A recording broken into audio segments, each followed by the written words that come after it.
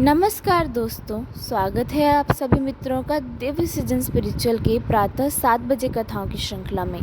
दोस्तों, आज की कथा श्रृंखला में आज की महात्मा बुद्ध की जीवन लीला में हम जानेंगे यशोधरा के बारे में। आज के शीर्षक है कि क्या यशोधरा सो रही थी? क्या यशोधरा सच में सो रही थी जब महात्मा बुद्ध आगमन कर रहे थे, वहाँ से वो वन की ओर जा रहे थे? क्या यशोधरा या फिर वो जगी हुई थी? तो हम आगे की जीवन लीला को जानेंगे। इसी द्वारा हम पता लगाएंगे कि किस प्रकार से यह जो है वार्ता हुई, और यशोधरा के बारे में हम पता लगाएंगे कि किस प्रकार से यशोधरा क्या सच में सो रही थी या वह जाग रही थी। निर्धन परिवार का होने की वजह से स्वास्थ्य कभी भी विद्यालय नहीं गया था। सुजाता ने उसे शिक्षा की मोटी मोटी बातें तो बताई थी। उसके पास अब भी पर्याप्त शब्द भंडार नहीं था और बुद्ध के संबंध में अपनी कहानी सुनाते समय वो जगह जगह अटकता था, क्योंकि वह मन के भाव व्यक्त करने के लिए उचित शब्द नहीं खोज पाता था। उसके श्रोतागण इसमें उसकी सहायता करते थे। आनंद और राहुल, जो कि महात्मा बुद्ध के बेटे थे, उनके अलावा 2 अन्य व्यक्ति भी उसकी कहानी सुनने आ गए थे। इनमें से एक तो वयोवृद्ध भिक्षुनी महाप्रजापति थी और दूसरे भिक्षु का नाम असज्जी था। राहुल ने दोनों का स्वास्थ्य से परिचय कराया। स्वास्थ्य इस बात से बहुत ही अभिभूत हो गया, प्रसन्न हो गया कि महाप्रजापति स्वयं ही यानी रानी गौतमी थी, जो बुद्ध की मासी भी थी, और उन्होंने ही शिशु सिद्धार्थ को पाल पोस कर बड़ा किया था। वह पहली महिला थी जिन्हें बौद्ध संघ के भिक्षुओं के रूप में प्रवेश मिला था, और अब वो 700 से अधिक भिक्षुनियों की नेत्री थी। वो बुद्ध से मिलने उत्तर से यहाँ तक यात्रा करती हुई आई थी, जिससे बौद्ध संघ के भिक्षुनियों के प्रवेश विषयक विचार बुद्ध से जान जा सके। स्वास्थ्य को ज्ञात हुआ कि वो पिछली संध्या को ही तो वहाँ आई थी। उनका पोता राहुल जानता था कि बुद्ध द्वारा अरुवेला के वन में बिताए दिनों के विषय में सारी बातें स्वास्थ्य से स्वयं सुनकर वो कितनी प्रसन्न होंगी, इसलिए वह उन्हें अपने साथ आने के लिए बुला लाया था। स्वास्थ्य ने हाथ जोड़कर भिक्षुनी नेत्री महाप्रजापति को नमन किया। बुद्ध ने उनके विषय में जो कुछ कहा था उसका स्मरण करके उसका दिल उनके प्रति प्रेम और श्रद्धा भाव से छलछला उठा। महाप्रजापति ने भी स्वास्थ्य की ओर उसी प्रेम भरी दृष्टि से देखा जिससे वो राहुल को देखती थी। राहुल ने असज्जी का भी स्वास्थ्य से परिचय कराया, और जब उसने जाना कि असज्जी उन 5 मित्रों में से एक थे जिन्होंने बुद्ध के साथ आत्मसंयम तथा वीतराग होने के लिए स्वास्थ्य के घर के निकट ही शरीर पीड़न तप किया था, तो उसकी आंखें हर्ष से चमकने लगी। उन दिनों बुद्ध ने बताया था कि जब उनके मित्रों ने उन्हें दूध पीते और भोजन करते देखा, तो वो ये मानकर कि बुद्ध ने शरीर पीड़न का मार्ग त्याग दिया है, अपनी साधना करने कहीं और चले गए थे। स्वास्थ्य को आश्चर्य हो रहा था कि अब वही असज्जी कैसे बुद्ध के शिष्य के रूप में यहाँ वेणुवन विहार में रह रहे हैं। वह बाद में इस संबंध में राहुल से पूछकर अपनी जिज्ञासा शांत कर लेगा, उसने यह सोच लिया था। अपनी कहानी सुनाने के प्रयासों में स्वास्थ्य को भिक्षुनी गौतमी ने सर्वाधिक सहायता की। विस्तार की जो बातें स्वास्थ्य को महत्वपूर्ण नहीं लगी थी और उसने छोड़ दी थी, उनके विषय में गौतमी ने प्रश्न पूछे, क्योंकि वो स्पष्ट थे। उनके विषय में जानना वह चाहती थी। उन्होंने पूछा कि बुद्ध की ध्यान साधना के लिए जो कुशा तुमने उपहार में दी थी वो कहाँ से काटी थी, और वो कितने दिनों बाद बुद्ध को ताजी कुशा देकर आता था। उन्होंने ये भी जानना चाहा कि बुद्ध को कुशा दे देने के बाद क्या उसके पास भैंसों को रात के खाने के लिए पर्याप्त घास रह जाती थी या नहीं। क्या भैंसों के मालिक ने कभी उसकी पिटाई भी की थी। अभी बहुत कुछ बताना शेष था कि स्वास्थ्य ने आज शाम बातें यही समाप्त करने की अनुमति मांगी और वचन दिया कि वह अगले दिन शेष बातें बताएगा। लेकिन जाने से पहले वह भिक्षुनी गौतमी से कुछ बातें जानना चाहता था जो बीते 10 वर्षों में से उसके दिल को मथ रही थी। वो उसे देखकर मुस्कुराई और कहा, अच्छा पूछो, यदि मैं तुम्हारे प्रश्नों का उत्तर दे सकी तो मुझे अत्यधिक प्रसन्नता होगी। सबसे पहले स्वास्थ्य तो ये जानना चाहता था कि जब सिद्धार्थ ने रवाना होने से पहले यशोधरा के कमरे का पर्दा उठाया था, उस समय क्या यशोधरा वास्तव में सो रही थी या सोने का अभिनय कर रही थी।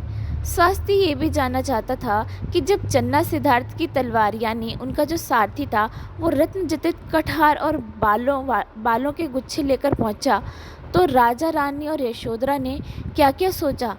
6 सालों की उनकी अनुपस्थिति के दौरान बुद्ध के परिवारजनों का जीवन कैसे कैसे बीता। सबसे पहले किसने ये समाचार सुना कि बुद्ध को सबोधि प्राप्त हो गई है या सद्धर्म का मार्ग मिल गया है। बुद्ध जब लौटे तो उनका स्वागत सबसे पहले किसने किया। इस प्रकार से जब वह कपिल वस्तु पहुँचे तो क्या नगर के सभी निवासी उनके स्वागत में उमड़ पड़े। तो इस प्रकार से इतनी सारी जिज्ञासाएं जो थी वो स्वास्थ्य के मन में उभर आ रही थी और वो महाप्रजापति यानी माता गौतमी से प्रश्न कर रहे थे। तो तुम्हारे मन में भी बहुत से प्रश्न हैं, भिक्खुनी गौतमी ने कहा। वह कृपापूर्ण दृष्टि से स्वास्थ्य की ओर देखकर और मुस्कुराकर बताने लगी, तुम्हारे प्रश्नों का मैं संक्षेप में ही उत्तर दे रही हूँ। तुम्हारा पहला प्रश्न है कि उस समय यशोधरा वास्तव में सो रही थी या नहीं। यदि तुम एकदम सही सही जानना चाहते हो तो ये प्रश्न यशोधरा से करो। यदि तुम मुझसे पूछते हो तो मैं विश्वास नहीं करती कि वह सो रही थी। यशोधरा ने स्वयं ही सिद्धार्थ के वस्त्र, शीर्ष त्राण और पद त्राण तैयार करके कुर्सी पर रखे थे। उसने ही चन्ना से साज कसकर कतक और को तैयार करने को कहा था। उसे ज्ञात था यानी उसे मालूम था कि राजकुमार आज रात को निकल जाने वाले हैं। ऐसी रात में वो कैसे सो सकती थी।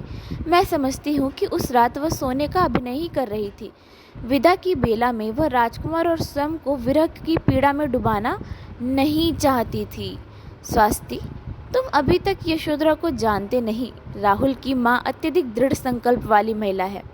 वह सिद्धार्थ की आंतरिक इच्छा को समझती थी और अप्रत्यक्ष रूप से ही सही उनको हार्दिक समर्थन प्रदान करती थी। ये बात मैं औरों की अपेक्षा कहीं अधिक अच्छी तरह जानती हूँ। सिद्धार्थ के बाद यदि वह हृदय से किसी के निकट थी तो मेरे ही निकट थी। भिक्खुनी गौतमी ने स्वास्थ्य को बताया कि अगले दिन सवेरे जब यह ज्ञात हुआ कि सिद्धार्थ चले गए हैं तो यशोधरा को छोड़कर सभी को गहरा धक्का लगा। राजा शुद्धोधन तो गुस्से से पागल हो गए।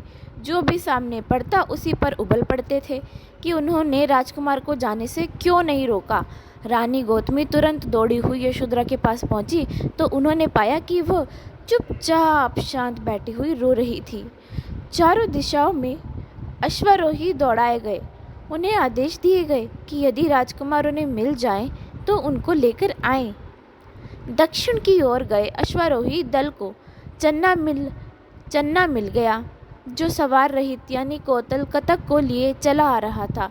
चन्ना ने उन्हें आगे जाने से मना किया और कहा कि अध्यात्म मार्ग अपनाने गए राजकुमार को उस मार्ग पर शांति से जाने दो। मैं उनके सामने रोया, गिड़गिड़ाया और उनसे लौट चलने का हर संभव अनुरोध किया, लेकिन वो सद्धर्म का मार्ग खोजने के लिए कृत संकल्प थे। जो भी है वह उन घने जंगलों में प्रवेश कर गए हैं जो दूसरे राज्य में पड़ते हैं। तुम्हें उन्हें वहाँ खोजने जान ही नहीं सकते हो। जब चन्ना वापस राजमहल पहुंचा तो अपना हार्दिक खेद व्यक्त करने के लिए 3 बार झुककर प्रणाम किया और सिद्धार्थ की तलवार, उनकी कंठमाला और बालों की लटें राजा की ओर देने के लिए बढ़ाई। उस क्षण रानी गौतमी और यशोधरा भी राजा के साथ ही बैठी हुई थी। चन्ना के बहते आंसू देखकर राजा से चन्ना को भला बुरा नहीं कहा, लेकिन यह अवश्य पूछा कि सब कुछ कैसे घटित हुआ। राजा ने चन्ना से कहा कि सिद्धार्थ की तलवार, कंठमाला और बालों की लटें यशोधरा को दे दो। राजमहल का वातावरण शोकपूर्ण हो उठा। राजकुमार के चले जाने से जैसे दिन में अंधकार हो गया था। राजा अपने कक्ष में चले गए और बहुत दिनों तक बाहर ना निकले। राजा की ओर से उनके मंत्री विश्वामित्र राजकाज संभालने के लिए वो संभालते रहे। अश्वशाला में आने के बाद कतक ने ना कुछ खाया ना कुछ पिया और कुछ दिनों के बाद वह मर गया। अश्व की मृत्यु के कुछ से इन सब के दुख से मर्माहत चन्ना ने यशोधरा से आज्ञा मांगी कि राजकुमार के अश्व की अंत्येष्टि विधान पूर्वक संपन्न करने दी जाए। भिक्षुनी गौतमी उस दिन यहीं तक अतीत का घटनाक्रम बता पाई कि ध्यान साधना करने के समय का सूचक घंटा बजा। हर कोई बहुत ही निराश दिख रहा था, लेकिन आनंद ने कहा कि चाहे यह कथा कितनी ही प्रिय क्यों ना हो, हमें ध्यान साधना का क्रम नहीं तोड़ना चाहिए।